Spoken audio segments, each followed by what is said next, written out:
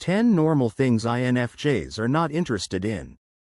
There's a quiet ache in pretending to care about things that don't move your soul. And if you're an INFJ, you've mastered that art far too well. You nod politely. You smile at the right moments. You sit through conversations that orbit topics that feel so far removed from what truly matters to you. And afterward, you're left wondering, is something wrong with me? Because everyone else seems fascinated by these things, genuinely enthusiastic, emotionally invested, passionately involved, and yet, you feel nothing. Today, we're going to talk about the 10 normal things INFJs are just not interested in. Not because you're arrogant. Not because you think you're above it. But because your soul is wired differently. So if you've ever wondered why you feel disconnected in social circles, bored in places others seem thrilled, or empty after experiences that should feel fun, you're not broken. You're just INFJ. Let's begin. 1. Climbing the traditional career ladder just to succeed. Everyone around you seems obsessed with promotions, power titles, climbing corporate hierarchies, and chasing numbers. But you? You sit in your quiet corner wondering if any of it even matters. INFJs are not driven by prestige or recognition. You want meaning, purpose, soul alignment. You could be offered the most luxurious office, the highest pay, or the most prestigious role, but if your heart isn't in it, you'll feel like you're suffocating in golden handcuffs. What drives you isn't external success, it's internal fulfillment. And that makes traditional ambitions feel foreign, even suffocating. 2. Gossip, drama, and emotional chaos. To many, drama is exciting. It's a way to bond, feel superior, or escape their own pain. But INFJs don't find it entertaining, they find it draining. Gossip grates against your moral compass. You feel the emotional residue of every word that tears another person down. You can sense the insecurity behind the laughter, the jealousy behind the smile, the manipulation behind the concern. You don't engage because it costs your integrity. And even witnessing it leaves you spiritually exhausted. You're not boring, you have boundary. And you'd rather be alone than bathe in emotional toxicity. 3. Trendy lifestyles that lack soul. From flashy vacations to luxury cars to perfectly curated Instagram feeds, modern society worships aesthetics. But INFJs aren't seduced by the shine. You can admire beauty, sure. But if there's no substance behind it, it rings hollow. You don't care what someone wears, drives, or flaunts online. You care how they treat people when no one is watching. INFJs value experiences that transform, not impress. You find richness in vulnerability, not status. You collect moments of growth, not material things. The world chases what glitters. You chase what's genuine. 4. Popular opinions that lack critical thought. You don't follow the crowd just because it's loud. You question. You reflect. You feel your way through belief systems.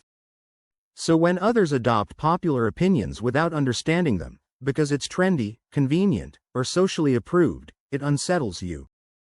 You don't care what's trending. You care what's true. INFJs enjoy forming their own conclusions, even if they contradict the mainstream. Even if it makes you an outlier. Even if it makes people uncomfortable. Because truth, for you, is a spiritual compass. And blind conformity? That's a soul trap. 5. Casual friendships that don't go deep. Most people collect acquaintances like social currency. But INFJs, we don't do shallow friendships. You're not interested in having 100 people to text if not one of them knows how your heart really feels. You crave soul bonds, those rare, deep, transcendent connections that feel like lifelines. So while others make weekend plans or exchange surface pleasantries, you're longing for a conversation that cracks the sky open. And until you find that, you'd rather walk alone.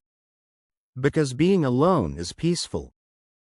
Being half known is painful. 6. Loud environments with no emotional resonance. Parties, bars, networking events, concerts. These may excite others, but they overwhelm INFJs. It's not just the noise. It's the emotional overstimulation. You're absorbing every vibe, every micro-expression, every unspoken tension in the room. While others are laughing and dancing, you're quietly drowning in invisible frequencies. You enjoy connection, but only when it's intentional. Not when it's chaotic, performative, or emotionally shallow. To others, you're quiet, but inside, you're filtering 1,000 emotional signals per second. 7. Competitive social games. Who's prettier? Who's smarter? Who gets more attention? Who wins the conversation? You've seen it all. And you want no part of it. INFJs don't compete, they connect. And environments where people subtly try to one-up each other make your skin crawl. You're not here to prove yourself. You're here to understand, to support, to heal. You measure value by authenticity, not applause.